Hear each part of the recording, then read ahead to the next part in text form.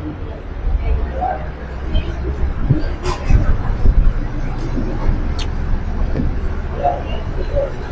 साथियों, नमस्कार। स्वागत है आपका अपने परिवार जीएमसी में। और आज एक नया चैप्टर शुरू होने जा रहा है जिसका नाम है कॉनकेव एंड कॉन्वेक्स मिरर। कहें तो उत्तल और अवतल दर्पण के बारे में पढ़ने वाले हैं। और यकीन मानिए कि उत्तल और अवतल दर्पण कहें तो इसमें हम लेंस की चर्चा और कर रहे होंगे। लेंस और दर्पण पढ़ने वाले हैं। हम समतल दर्पण पढ़ चुके हैं। अब नंबर आ गया किसका? लेंस और मिरर, जो हमारे उत्तल और अवतल दर्पण और जो लेंस होते हैं उत्तल लेंस और अवतल लेंस, उस टॉपिक पे चर्चा चलेगी। आज से एक नया अध्याय शुरू हो रहा है। अगर आप हमारे साथ जुड़े हुए लगातार, तो यकीन हम इस चीज़ को ऐसा मान सकते हैं कि आप सभी लोग एंजॉय कर रहे होगे इस फ्री कंटेंट को। और बाकायदा एकदम रिलीवेंट कंटेंट मिल रहा है आपको। कहे तो ये फ्री में है, तो ऐसा नहीं कि एकदम इसका वैल्यू ना करो। भाई साहब, एकदम accurate to the point, exam के पॉइंट ऑफ व्यू से एकदम बेहतरीन कंटेंट मिल रहा है। और आ जाओ मेरे भाई, जो हम क्लास में पीडीएफ से पढ़ाते हैं वो टेलीग्राम चैनल पे जाता है। टेलीग्राम चैनल का लिंक किसी के डिस्क्रिप्शन बॉक्स में पड़ा हुआ है, वहाँ से आप ज्वाइन कर सकते हैं। आ जाओ, बिना देरी के शुरू करते हैं मेरे भाई। और आज हम मिरर शुरू करने जा रहे हैं। दर्पण, उत्तल दर्पण और अवतल दर्पण कैसे बनता है, उन सब की चर्चा करेंगे। आ जाओ।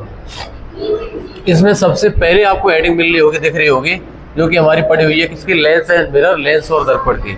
बड़े आराम से साफ सुथरे तरीके से करेंगे, एकदम चीजें क्लियर होगी, आपको समझ में भी श्योर आएंगी। ठीक है, और आगे आ जाओ। हम अगर बात करें दर्पण की, तो आपको यहाँ से कुछ मिलेगा दर्पण में पढ़ने को। दर्पण में मिरर, मिरर कहते हैं इसको। और दर्पण हमारे दो प्रकार के होते हैं, एक तो समतल दर्पण और एक होते हैं हमारे गोलाकार दर्पण। कितने प्रकार के दर्पण होते हैं? दो प्रकार के। एक होता है समतल दर्पण और एक होता है गोलाकार दर्पण। हम समतल दर्पण पहले पढ़ चुके हैं। क्या लिखा है? समतल दर्पण हम पहले पढ़ चुके हैं, लेकिन गोलाकार दर्पण अब पढ़ेंगे। आज की कक्षा में हम लोग उस साइड वाले के दर्पण की बात करेंगे। इस साइड वाला पढ़ चुके, इसलिए इसकी बात नहीं करेंगे। पहले याद करो, ये सब बातें बताई थी कि समतल दर्पण का फोकस कहाँ पे होता है? अनंत पर होता है। और फोकस दूरी कितनी होती है? इनफाइनाइट। वक्रता त्रिज्या r, अनंत। और इसकी शक्ति कितनी होती है? 0। पावर कितनी होती है? 0। और आवर्धन क्षमता कितनी होती है समतल दर्पण की? प्लस का 1 का मतलब, अगर कोई चीज समतल दर्पण के सामने आएगी तो सीधी की सीधी बनती है और समान आकार की बनती है। अगर माइनस लग के आता तो उल्टी हो जाती। बात समझ पा रहे मेरी? ये वाली बातें समतल दर्पण मैंने पढ़ा चुके हैं, तो इसकी चर्चा बेटा नहीं करेंगे। हम चर्चा सिर्फ कर रहे होंगे, तो इसमें चर्चा हम अवतल और उत्तल दर्पण की करेंगे। जो आपको दिख रहा है गोलाकार दर्पण को फर्दर दो टाइप में ब्रेक किया गया है, एक तो हमारा उत्तल और एक हमारा अवतल दर्पण। आप कहेंगे इनका यूज कहाँ पे होगा, वो सब चीज बताएंगे। कहाँ पे यूज होना है, कैसे यूज होता है, बनता कैसे है, किस लाइट में, गाड़ी की लाइट में, डॉक्टर के शीशे में, कौन से दर्पण का यूज होता है ना, ऐसे करके सब चीजें बताएंगे। चलो भाई, अब मैंने कहा इनकी बात करें तो सबसे पहले हम शुरुआत कर लेते हैं। एक गोलाकार दर्पण लेंगे, एक गोला कांच का लेंगे। किसका? कांच का गोला। कांच का गोला ऐसा लेंगे जो ट्रांसपेरेंट हो। कैसा हो?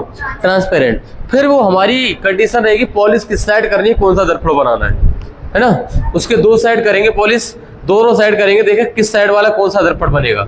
आपके सामने जो फिगर दिखाई दे रहा है मेरे भाई, बहुत कुछ देख पा रहे होगे इस वाले में। और अगर हम जूम करना चाहें तो जूम करने की गुंजाइश अभी है हमारे पास। और हमें लगता है अब हर बच्चे को एकदम बेहतरीन दिख रहा होगा। इतना साफ दिख रहा है?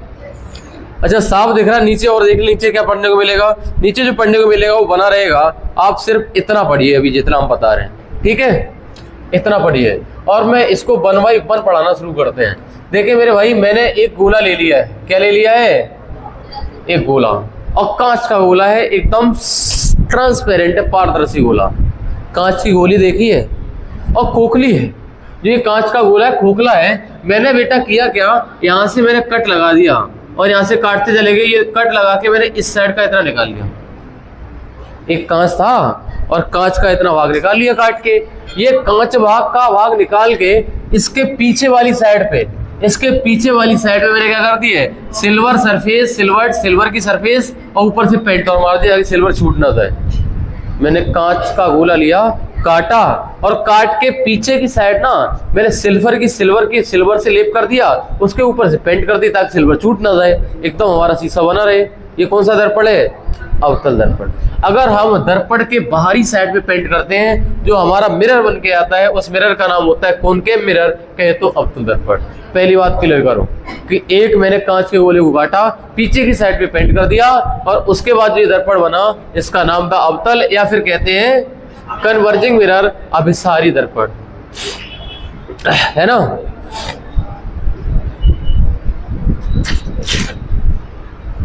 अच्छा, कन्वर्जिंग का मतलब होता है ये किरणों को इकट्ठा कर रहा होगा।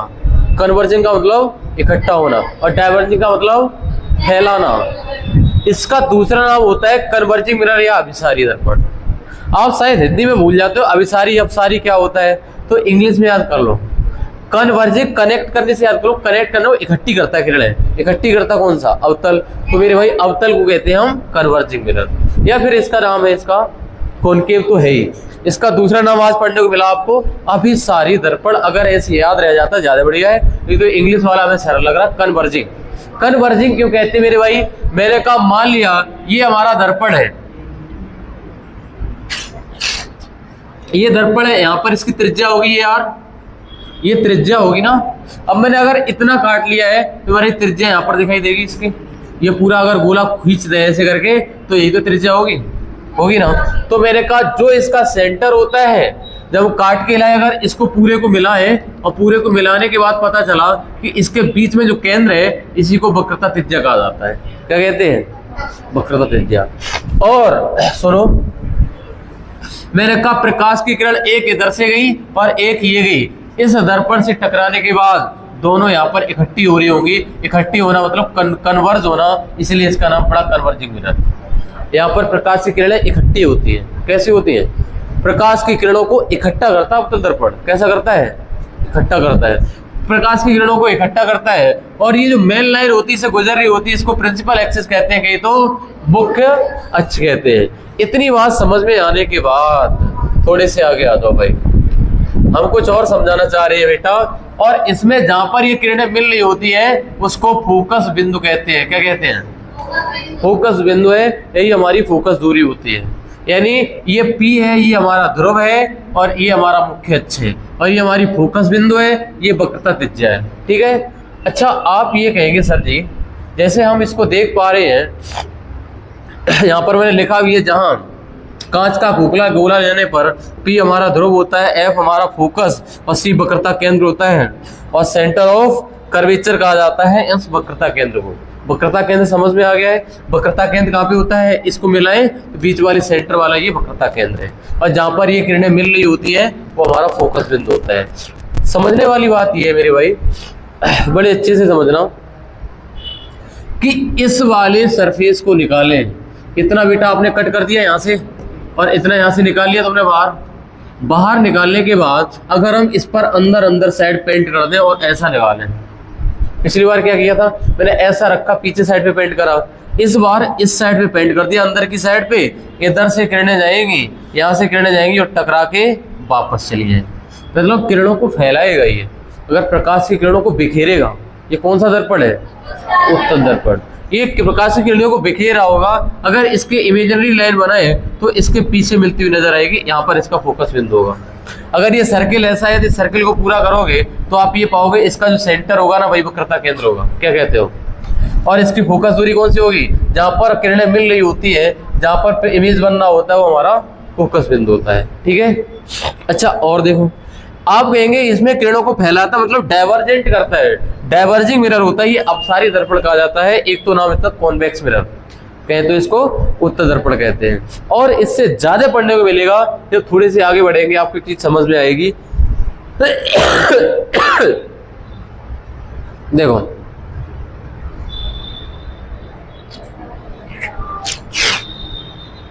ये बताओ ये कौन सा दर्पण है? अवतल दर्पण है। अच्छा, अवतल दर्पण के लिए गोलाकार दर्पणों के लिए कंडीशन लिख के दे दी मैंने। जो फोकस दूरी होगी वो वक्रता त्रिज्या की आधी होती है। कहने का मतलब जो फोकस दूरी होती है, जो सेंटर ऑफ कर्वेचर होता है, वक्रता केंद्र होता है, उससे आधी दूरी पर इसका फोकस बिंदु होता है। क्या कहते हो? समझ पा रहे हो? यही तो कह रहा है F बराबर R/2। जो हमारा फोकस बिंदु होता है वो वक्रता त्रिज्या से आधी दूरी पर होता है। अगर वक्रता त्रिज्या 10 सेंटीमीटर तो फोकस दूरी 5 की रह जाएगी, ये कह रहा है। तो F बराबर R/2, ये फॉर्मूला कोई भी बच्चा याद करे होता है, या R बराबर 2F कह लो, या R बराबर, ये बेटा R है पूरा और ये F, तो ये F 2F मिलके हमारा किसके बराबर हो रहा है? वक्रता त्रिज्या के बराबर हो रहा है। बात समझ पा रहे हो? प्रैक्टिकली बनाने की कोशिश कर रहे हैं पूरी। और एक चीज हम ये भी तो कह सकते हैं मेरे भाई, ध्यान देना, इसमें एक चीज लिख के दी है इसने, PF बराबर CF। PF बराबर, बिल्कुल सही है, PF बराबर CF, तभी तो ये हमारा R है और ये हमारा F है, तो R बराबर 2F के बराबर हो तो रहा है। ये F और ये F मिला के यानी 2F बराबर किसके है? R के।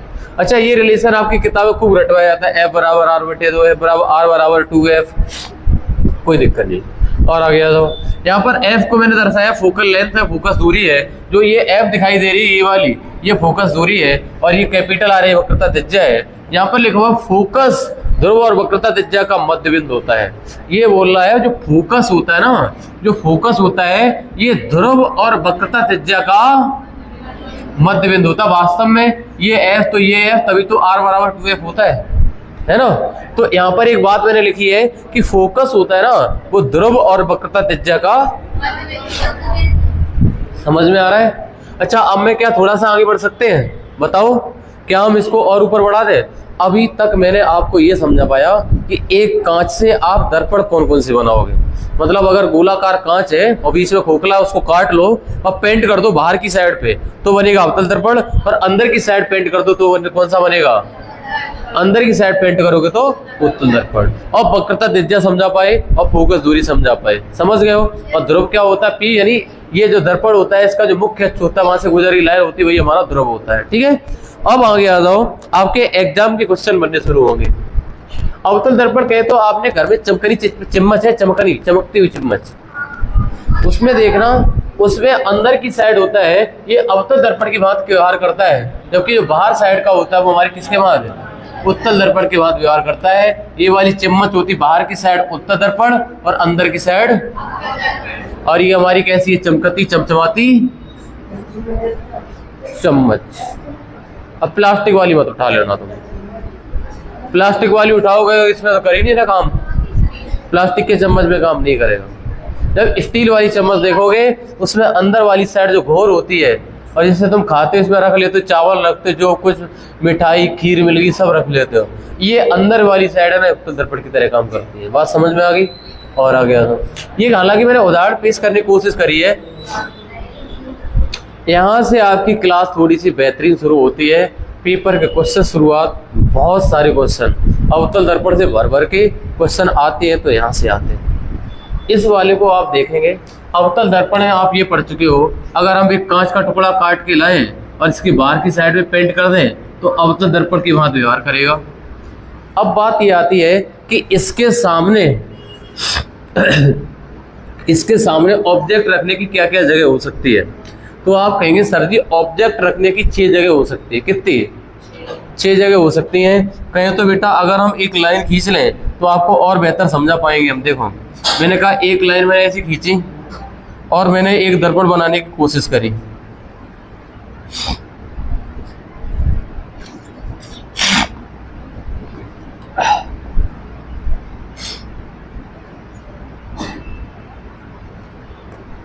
ये हमारा कौन सा दर्पण बन जाएगा बेटा? अवतल दर्पण। ये P हमारा ध्रुव हो गया, ये हमारा फोकस बिंदु हो गया, और ये हमारी वक्रता त्रिज्या हो गई। यही हमारी वक्रता त्रिज्या होगी ना, ये मान लिया F है, ये हमारी वक्रता त्रिज्या है, और ये हमारा यहाँ पर अनंत है। तो अवतल दर्पण में इमेज कैसा बनेगा? उल्टा बनेगा, सीधा बनेगा, वास्तविक बनेगा, आभासी बनेगा। आज ऐसे याद करा देंगे तुम जिंदगी भर भूलोगे तब भी नहीं भूल पाओगे। कोई पूछेगा ना तुम सोते सोते उत्तर बता दोगे कि सर अगर अवतल दर्पण के सामने ऐसा रखा है तो बड़ा या छोटा, ऐसे बोलोगे देख कि बड़ा बनेगा, छोटा बनेगा, बराबर बनेगा। कहाँ पे रखें ऑब्जेक्ट को? कहाँ पे रखें वस्तु को? कहाँ पे रखें? हम कहाँ पे खड़े हों? मैंने कहा मान लिया बेटा इसकी पोजीशन हो सकती है नंबर 1, तो एक जगह तो ये हो सकती है किसी ऑब्जेक्ट को रखने, इनफाइनाइट पे रख दो। कहाँ पे, इनफाइनाइट। दूसरी जगह ऑब्जेक्ट को रखने की हो सकती है इस वक्रता त्रिज्या और अनंत के बीच में रख दो। तीसरी पोजीशन हो सकती है इसको वक्रता त्रिज्या पर ही रख दो, मतलब दर्पण के सामने रख रहे हो, दर्पण रखा है, कोई चीज ऐसी खड़ी कर रहे हो तुम सामने, तो इसके सामने खड़ी कर दी तो इमेज कैसा कहाँ बनेगा। तीसरी चौथी पोजीशन है फोकस और वक्रता त्रिज्या के बीच में रख दो। और पांचवी कंडीशन है फोकस बिंदु पर ही रख दो कोई चीज, तो दर्पण का प्रतिबिंब कहाँ पे बनेगा, इमेज कहाँ पर बनेगा। पांचवी छठी कंडीशन है इस फोकस और ध्रुव के बीच में रख।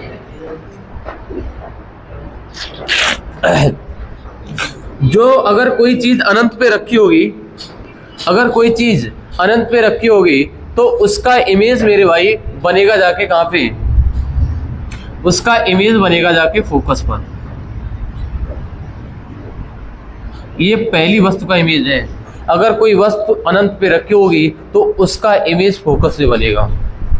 ठीक है, अभी सिर्फ आप देखते जाओ, याद मत करना, याद तो हम करवा देंगे, एक ही लाइन में याद कराएंगे तुम्हें ये सब। और दूसरी बात मैंने कहा, अगर इनफाइनाइट और वक्रता केंद्र के बीच में कोई वस्तु रखी है, यहाँ पर अगर यहाँ पर कोई चीज रखी है 2 नंबर पोजीशन पे, या फिर यूं कह लो वक्रता त्रिज्या के परे, वक्रता त्रिज्या के परे या वक्रता त्रिज्या के पीछे, ठीक है, अगर यहाँ पर कोई वस्तु रखी है तो उसका इमेज बनेगा यहाँ पर थोड़ा सा बड़ा, इस वाले से थोड़ा बड़ा बनेगा, यानी 2 नंबर का इमेज बन गया। क्या बात समझ में आ रही है। अगर कोई चीज तीसरे नंबर पे रखी होगी जो वक्रता त्रिज्या पे रखी होगी तो जिस आकार की वस्तु होगी उसी आकार का इमेज बनेगा। बात समझ में आई, तीसरे नंबर का इमेज। अब चौथे नंबर के तो वक्रता त्रिज्या और फोकस के बीच अगर रखी होगी तो इमेज वो बनना होगा, वो यहां पर बनना होगा। कहें तो ये हमारा 4 नंबर। जो अगर कोई चीज 4 नंबर पे कोई ऑब्जेक्ट रखा है तो उसका प्रतिबिंब वक्रता त्रिज्या और अनंत के बीच में बनता है।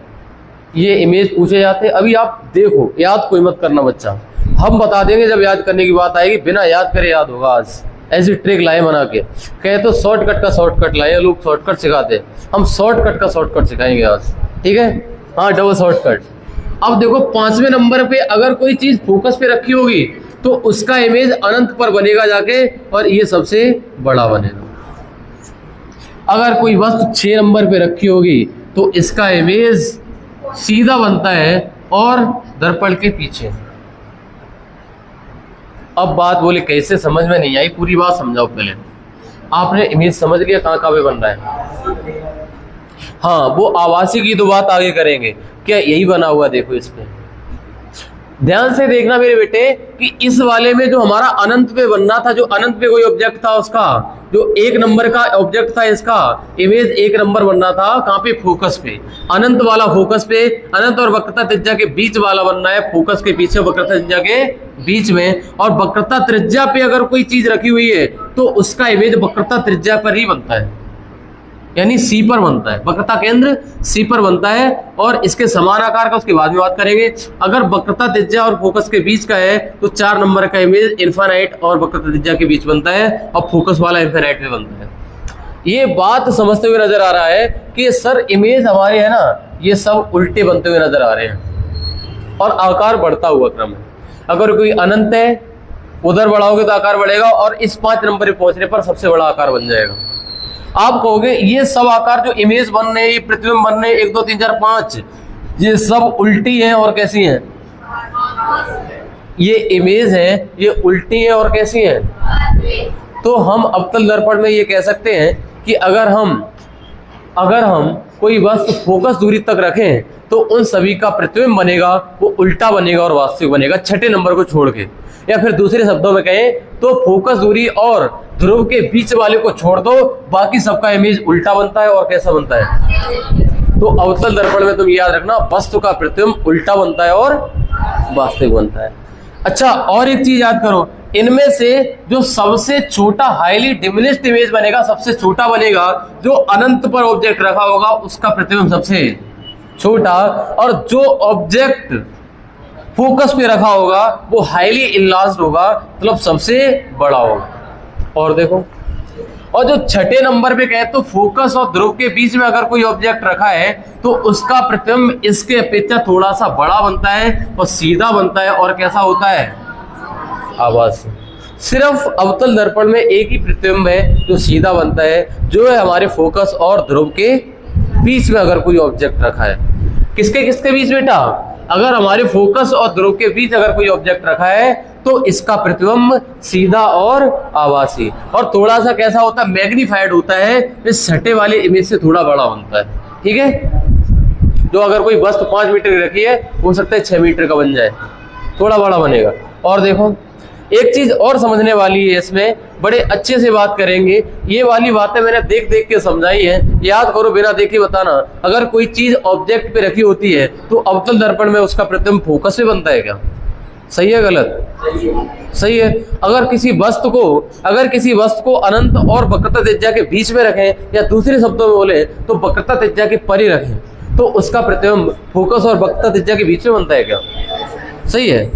अच्छा तीसरा, अगर किसी वस्तु को वक्रता त्रिज्या पे रख दिया जाए तो उसका प्रतिबिंब फोकस पे बनता है? कहाँ पे बनता है? वक्रता त्रिज्या वाला वक्रता त्रिज्या पे बनता है। 3 नंबर वाला 3 पे बन गया है। ठीक है, और 1 नंबर वाला यहाँ पे बना के, 2 नंबर वाला यहाँ, 3 वाला 3, 4 वाला 4, 5 वाला 5 पे बना के। अब अगर आपके दिमाग में इतनी बातें सेट हो गई है तो हमें ये बता दो अपनी, अगर कोई वस्तु फोकस पे रखी हुई है तो उसका प्रतिबिंब कहाँ पर बनेगा? वक्रता त्रिज्या से परे कहें तो अनंत पे। फोकस वाले का अनंत पे बोलो, फोकस वाले का अनंत पे बोलो, अदरवाइज आपका आंसर गलत हो जाएगा, क्योंकि इस वाले का इसके परे बनता है 4 नंबर वाला। जो फोकस पे रखा होगा वो कहाँ पे बनेगा? अनंत। और जो अनंत पे ऑब्जेक्ट रखा होगा उसका कहाँ पे बनेगा? फोकस पे। मतलब एक दूसरे के उल्टे, फोकस का इनफाइनाइट और इनफाइनाइट का, अरे देखो ना, फोकस पे अगर इनफाइनाइट पे कोई वस्तु रखी है, इमेज कहाँ पे बन रहा है? फोकस पे। अगर कोई वस्तु फोकस पे रखी है, उसका इमेज कहाँ पे बन रहा है? अनंत पे। वो उल्टा सीधा बनेगा, वो बता चुके आपको। अच्छा और एक चीज समझने वाली है, आगे आ जाओ।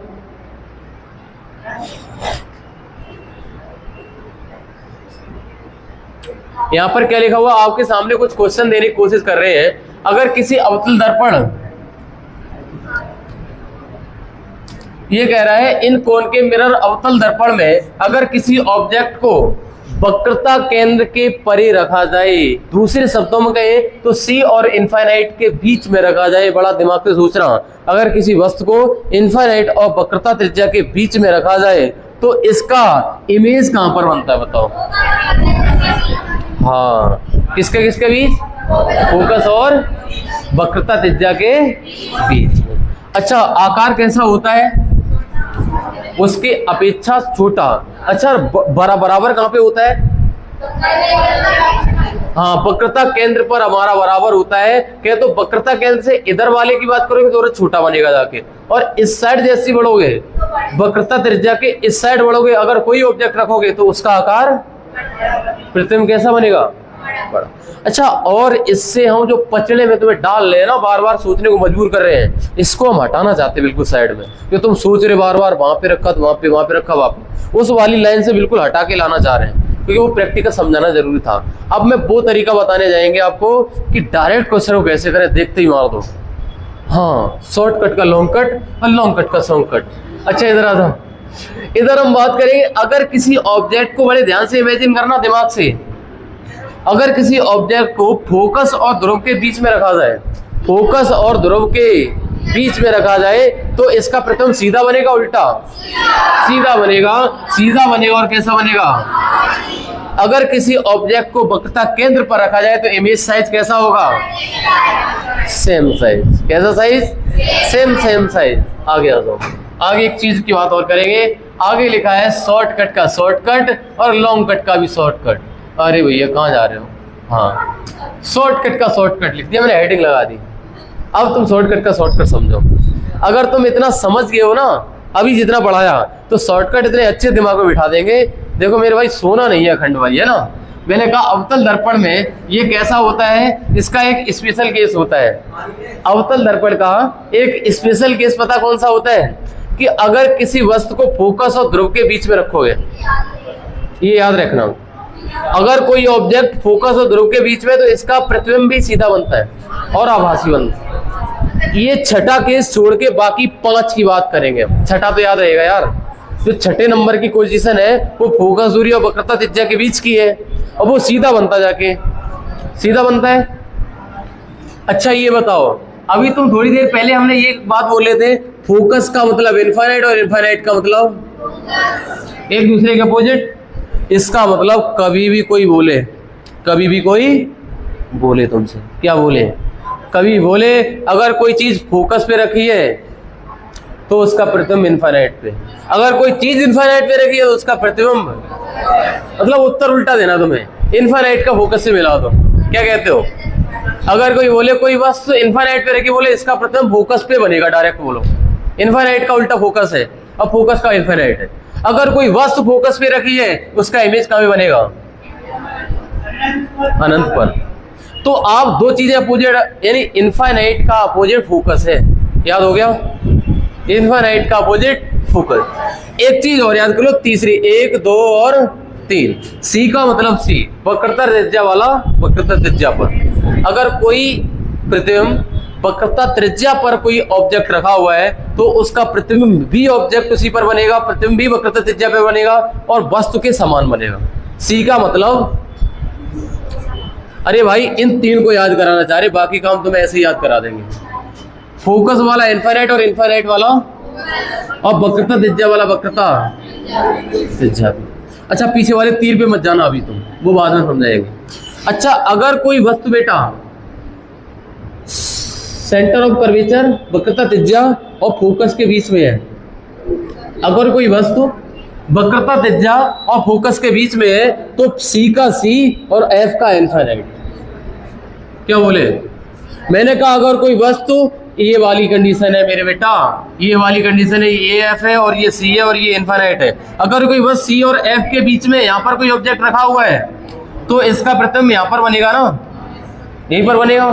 तो हमने कहा उस वाले को साइड करो, ये बोलो सी का सी, इनफाइनाइट का एफ और एफ का इनफाइनाइट। 3 याद कर लिए। मैंने कहा अगर सी और एफ दे रहा है, सी और एफ के बीच में है तो प्रतिबिंब बनेगा सी का सी और एफ का इनफाइनाइट, इसके बीच में। अगर बोलेगा इनफाइनाइट और वक्रता त्रिज्या के बीच में है तो इनफाइनाइट का एफ और सी का। अब कोई बोले कि सी और एफ के बीच में, तो तुम कहोगे सी और इनफाइनाइट के बीच में बनेगा इमेज, डायरेक्ट बोलोगे, क्या आपको इमेज बनाना पड़ेगा ये वाला। अगर कोई बोलेगा सी पर है तो बोले सी का सी पर, अगर कोई इनफाइनाइट है तो इनफाइनाइट वाला फोकस पर, अगर एफ वाला इनफाइनाइट पे। अपोजिट याद कर लिए। अगर कोई ऑब्जेक्ट इनफाइनाइट पर है तो उसका प्रतिबिंब, अगर कोई वस्तु फोकस पे है तो उसका इमेज इनफाइनाइट पे, अगर कोई वस्तु वक्रता केंद्र पे है तो वक्रता केंद्र पे ही बनेगा। अच्छा ये बात समझ में आ गई। ये 2 केस का आंसर अपने आप आएगा। अगर सी और एफ के बीच में कोई वस्तु रखी है तो सी का सी और एफ का, यानी सी और इनफाइनाइट के बीच में, ये समझ पा रहे हो। अच्छा अगर इनफाइनाइट और सी के बीच में कोई ऑब्जेक्ट है तो इनफाइनाइट का एफ और सी का, यानी एफ और सी के बीच में। याद हो गया। अभी तुम इमेजिन कर रहे थे, बार बार दिमाग वहां पे ले रहे, ऐसा ऐसा वहां से ऐसा आएगा, ऐसे कर रहे थे। अब मैंने कहा यहाँ पर डायरेक्ट याद हो रहा है, सी और एफ, तो सी का सी और एफ का इनफाइनाइट कर दो, तो सी और इनफाइनाइट के बीच में। क्या सभी बच्चों को याद हो गया है? याद हो गया ना। अब वो सब झंझट कट गई तुम्हारी, जो पुरानी तुम दिमाग में इमेजिन कर करके बता रहे थे। और एक चीज बताएं, एक चीज और समझो, उसके बाद क्वेश्चन करना है। हाँ ये सबके इमेज है ना, ये सब उल्टे और वास्तविक है। और देखो ये बताओ, इनफाइनाइट बड़ा होता है कि मतलब 1 2 3 4 बड़ा होता है? तो जहां पर इनफाइनाइट दिखे, जहां पर इनफाइनाइट दिखे वहां पर प्रतिबिंब बड़ा बनेगा, प्रतिबिंब बड़ा, बस से बड़ा। अगर कोई वस्तु फोकस पे रखी है, प्रतिबिंब इनफाइनाइट में बनता है तो इनफाइनाइट बड़ा होता है, तो प्रतिबिंब वस्तु से बड़ा। जहां पे इनफाइनाइट दिखे वहां पे वस्तु से बड़ा। मैंने कहा इनफाइनाइट वाला एफ पर, तो इनफाइनाइट नहीं है, इसका मतलब वस्तु से छोटा। मैंने कहा सी का सी पे ये बराबर बनेगा, सी का सी पे तो याद है। अगर सी और इनफाइनाइट, सी और एफ के बीच में इमेज बनता सी और इनफाइनाइट के बीच में, अगर इनफाइनाइट आ गया तो वस्तु से बड़ा, इनफाइनाइट आ गया तो वस्तु से बड़ा। अगर इनफाइनाइट और सी के बीच में है, इनफाइनाइट और सी के बीच में है, तो यहाँ पे इनफाइनाइट आए नहीं तो वस्तु से छोटा। कहने का मतलब बाबू ये है कि इसमें जितने भी क्वेश्चन आए, जितने भी क्वेश्चन आए, अगर इनफाइनाइट आ गया तो वस्तु से बड़ा इमेज बनेगा, और अगर इनफाइनाइट नहीं आया तो वस्तु से छोटा। अगर सी का सी पे आ गया तो बराबर, सेम साइज। हाँ अच्छा इसको एक बार याद करो, जहां पर इनफाइनाइट लगा वहां पे बड़ा तीर, जहां पे इनफाइनाइट लगा वहां पे, इसका मतलब इमेज बड़ा बनेगा वस्तु से। वस्तु से इमेज अगर इनफाइनाइट दिया है तो। अच्छा अगर सी का सी पर है तो बराबर है। अच्छा अब आप उत्तर दे पाएंगे क्या इन सभी के? अब आपको क्या ये चार्ट बनाना पड़ेगा दिमाग में। अब डायरेक्ट बोलोगे एफ का अपोजिट इनफाइनाइट वाला और सी का सी कर देना है, और ये दो वाले केस तो उड़ा दोगे। बोले सी और एफ के बीच में, बोले सी का सी एफ का इनफाइनाइट, तो इसका आंसर कभी कभी तो लिख के देगा सी और इनफाइनाइट के बीच में, कभी कभी लिख के देगा वक्रता त्रिज्या के परे। इस बात का मतलब वक्रता त्रिज्या के परे भी है। अरे भैया यहाँ पर सी होगा वक्रता त्रिज्या के परे, यही तो है इनफाइनाइट और सी, इसके बीच का वक्रता त्रिज्या के परे आंसर होगा। तो आप इस चक्कर में भी मत रहना कि आपको हमेशा ये सी और इनफाइनाइट लिख के देगा, वो देगा वक्रता त्रिज्या के परे, तभी आंसर सही होगा। क्या कहते हो? समझ में आ रहा है? आ गया 100% समझ में?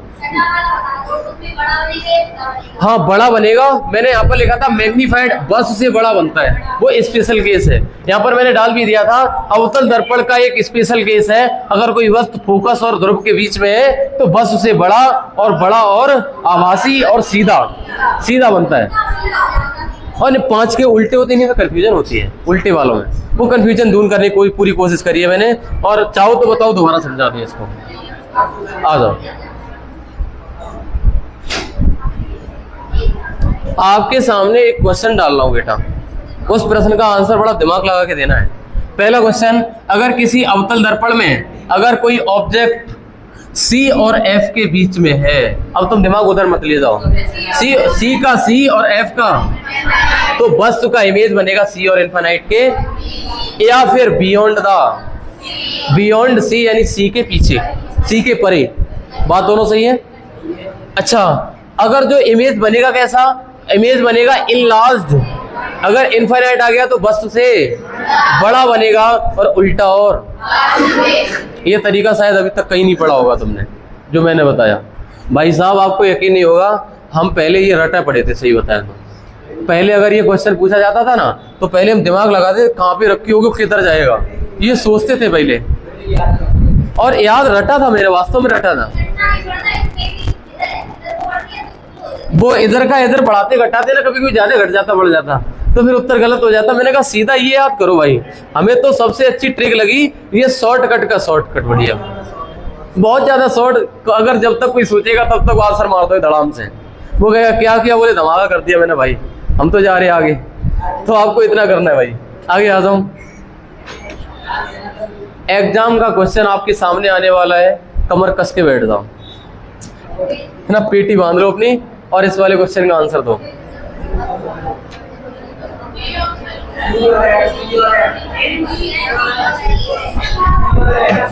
पढ़ा दिया। अच्छा ये बात तुम्हारे समझ में आ रही है बेटा कि ये देखा, किसी वस्तु को अवतल दर्पण के वक्रता केंद्र के बाहर रखा जाता है। यहाँ पर F है, यहाँ पर C है और यहाँ पे इनफाइनाइट इसके बाहर रखा जाता है। कहने का मतलब इनफाइनाइट और C के बीच में रखा जाता है, तो इनफाइनाइट का F हो जाएगा और C का, तो F और C के बीच में बनेगा इमेज। F और C के क्या कोई टाइम लगेगा बनाने में? देखते देखते मारोगे तुम, मार दोगे ना, मार दोगे तो भाई साहब मारो इसको, फिर गिराओ इसको, मराओ।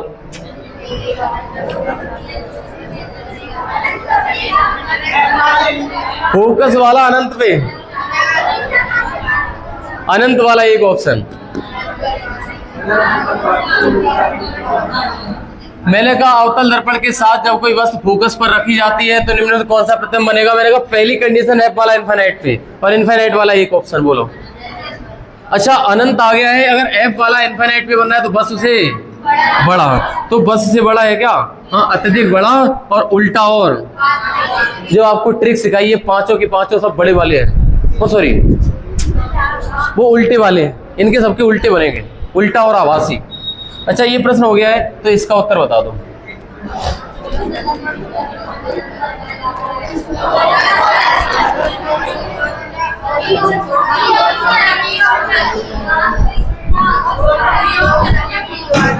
देखो अवतल दर्पण में जब किसी वस्तु को अनंत पर रखा जाता है तो कौन सा प्रतिबिंब यानी F पर बनेगा भाई?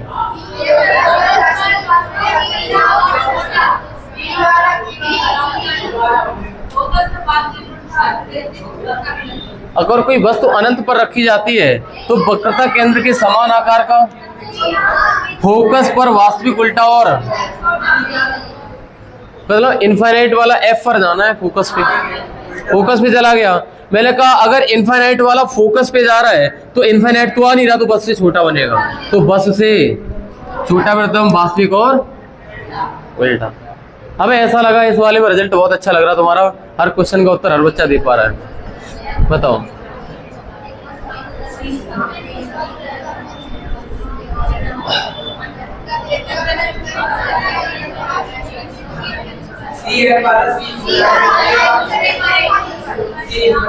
हाँ, ये बोल रहा है अवतल दर्पण के सामने वक्रता केंद्र C और F के बीच का है, तो मैंने कहा C का C और F का C और इनफाइनाइट के बीच में, कहते हैं C के परे आंसर ऑप्शन नंबर C वाला। कितना सरल हो गया है ना। हिमांशु बता पाओगे क्या? अगला प्रश्न आपके लिए, अगर कोई वस्तु वक्रता केंद्र पे रखी हुई है, अगर कोई वस्तु वक्रता केंद्र पे रखी है तो उसका प्रतिबिंब कहाँ पे बनेगा अवतल दर्पण में? कासिम, अगर कोई वस्तु वक्रता केंद्र पे रखी है तो उसका प्रतिबिंब कहाँ पे बनेगा? सी का। तेज बोलो।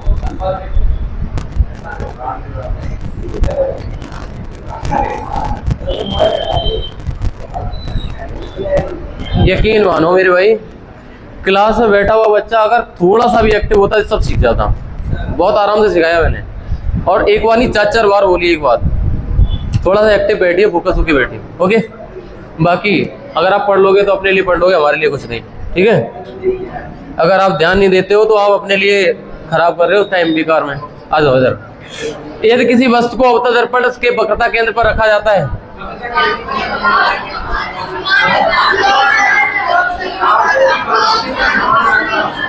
है ना, कहें तो वास्तविक और उल्टा और सेम आकार का, सेम साइज का, है ना। तुम समझ नहीं पाए हो। तुमने पता मिस कहाँ पे किया, तुम्हें सही बताएं। तुम्हें जब हम ये बता रहे थे ना, ये वाला मेन खेलता है यहाँ पर। ये जो समझ गया था ना बच्चा, वो धड़ाधड़ आंसर मार रहा है। तुम्हारी पड़ोस का बेटा आदमी अगर उत्तर दे पा रहा है, तुम नहीं दे पा रही, इसका मतलब तुम्हारा फोकस नहीं था। क्योंकि हमने देख लिया था, तुम ध्यान ही नहीं दिया जब हम बता रहे थे वाली चीज। हालांकि फोकस हमारा एक एक पे रहता है। हम कहते चलो यार, अगर बात है मोबाइल ही चला लो मोबाइल, तुम देखे हमारा क्या नुकसान कर लोगे तुम। चलाओ मोबाइल आराम से बैठे बैठे। क्योंकि हम कभी कभी चीजें ऐसे तैयार करके लाते हैं तो शायद कभी कहीं यूट्यूब पे भी ना मिले तुम्हें। ढूंढते ढूंढते मर जाओ, कहीं ऐसी वीडियो ना मिले कि भाई साहब ऐसा इमेज याद करवा दे, कोई डायरेक्ट नहीं मिलेगा तुम्हें। वो चीज़ हम निकाल के ला रहे हैं। आप 10 चैनल खंगालोगे तब मिलेगा, वो हम 10 वाला इकट्ठा करके ला रहे हैं हम तुम्हारे लिए, ये मान के चलो। आगे आ जाओ। इसलिए ज़्यादा दिमाग इस पर लगाइए। इसको बताओ, अच्छा क्वेश्चन है ये।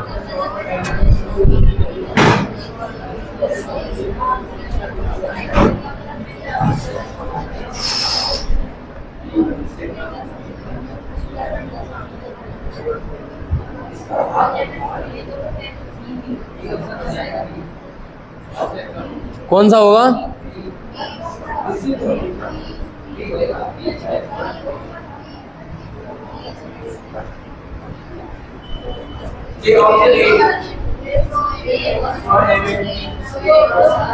किसी वस्तु अवतल दर्पण के सामने 100 mm की है, जो कि एक सीधा प्रतिबिंब उत्पन्न होता है। मेरे भाई आपको समझ में आ रहा है? अगर सीधा प्रतिबिंब बनना है मेरे भाई, अगर किसी वस्तु का सीधा प्रतिबिंब बनना है, एक अवतल दर्पण के सामने 100 mm जो एक सीधी प्रतिबिंब उत्पन्न करता है। अब बताओ सीधा बनना है तो हमें पता है ये वाली वस्तु है फोकस और ध्रुव के बीच में रखी हुई है। ये वाला ऑब्जेक्ट फोकस और ध्रुव के बीच में है, और ये वाली दूरी कितनी बताई जा रही है? mm। 100 mm की दूरी है। अच्छा 100 mm की दूरी है तो पूछा दर्पण की वक्रता त्रिज्या क्या होगी? तो आप ये कहोगी कि सर जी हमें ये समझ में आ रहा है कि अगर कोई ये वाला ऑब्जेक्ट इसके बीच में रखा गया है, अगर ये वाला ऑब्जेक्ट F और P के बीच में रखा गया है, इसका मतलब इसकी फोकस दूरी अप्रोक्सीमेट लगभग 101 होगी। अप्रोक्सीमेट बता रहे हैं, मतलब 100 से तो ज्यादा ही होगी। मान लिया फोकस से हल्का सा आगे उठा के रखा होगा तभी तो सीधा बना होगा। अगर फोकस पे रखा होता तो इनफाइनाइट पे बन जाता। मैंने कहा अगर कोई वस्तु फोकस से इधर रखी होगी, मान लिया 100 पर ये है, तो मान लिया 101 पर इसकी फोकस दूरी है, ठीक है। तो आप ये कहोगे अगर फोकस दूरी 100 है तो इतनी दूरी पर यहाँ पर होती है वक्रता त्रिज्या, इसका मतलब 101 ये भी होगा, ये बराबर होती दूरी, मैंने बताया था अभी थोड़ी देर पहले। तो मैंने कहा ये पूछा है क्या कि दर्पण की वक्रता त्रिज्या होगी 200 mm से, वक्रता त्रिज्या 200 mm से अधिक होगी, कितने में? और बेटा दोबारा समझ लो, हम बताना ये चाहते हैं कि अगर आपकी कोई वस्तु फोकस और ध्रुव के बीच में रखी है तो तभी तो इसका सीधा बनेगा, जो कि सीधा प्रतिबिंब बनता है। अब तो दर्पण में सीधा तभी बनता है जब यहाँ पर रखी होती है। अच्छा, यहाँ पर रखी है, दूरी कितनी बताई है? 100 mm, तो इसका मतलब फोकस दूरी 100 से ज्यादा होगी कुछ। अब जो फोकस दूरी ये होती है x, और यही x मिला के यहाँ पे वक्रता त्रिज्या r हो जाती है, r बराबर 2f होता है, f प्लस f। मैंने कहा अगर ये यहाँ से यहाँ की मान लिया 100 से ज्यादा है तो ये भी 100 से ज्यादा, 100 200 यानी 200 से इसकी वक्रता त्रिज्या कितनी होगी? 200 mm से। क्वेश्चन कॉन्सेप्चुअल था ये, हर बच्चा नहीं कर पाएगा, है ना। कितना बढ़िया क्वेश्चन बनाया उसने, अदरवाइज 100 में बैठ जाते, ज्यादातर बच्चे भी वाला टिक कर रहे होते हैं 100-200 के बीच में, गलत हो जाएगा वो। कितना बढ़िया क्वेश्चन। हाँ वही तो मैंने ये वाली चीज बताई थी, दोबारा से हम लौटा के चले वहीं पर।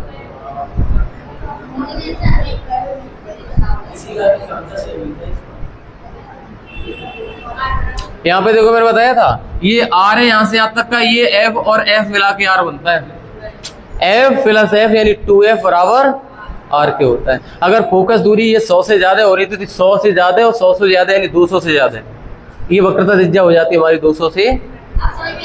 आ गया ना समझ में? अच्छा, क्वेश्चन अच्छा था क्या ये? बहुत बढ़िया क्वेश्चन था। और यहीं पर हम अपनी क्लास को एंड करते हैं, अब आपको कल मिलेंगे। ओके, थैंक यू, एंजॉय करिए, दोबारा से वीडियो देखना जाके करके।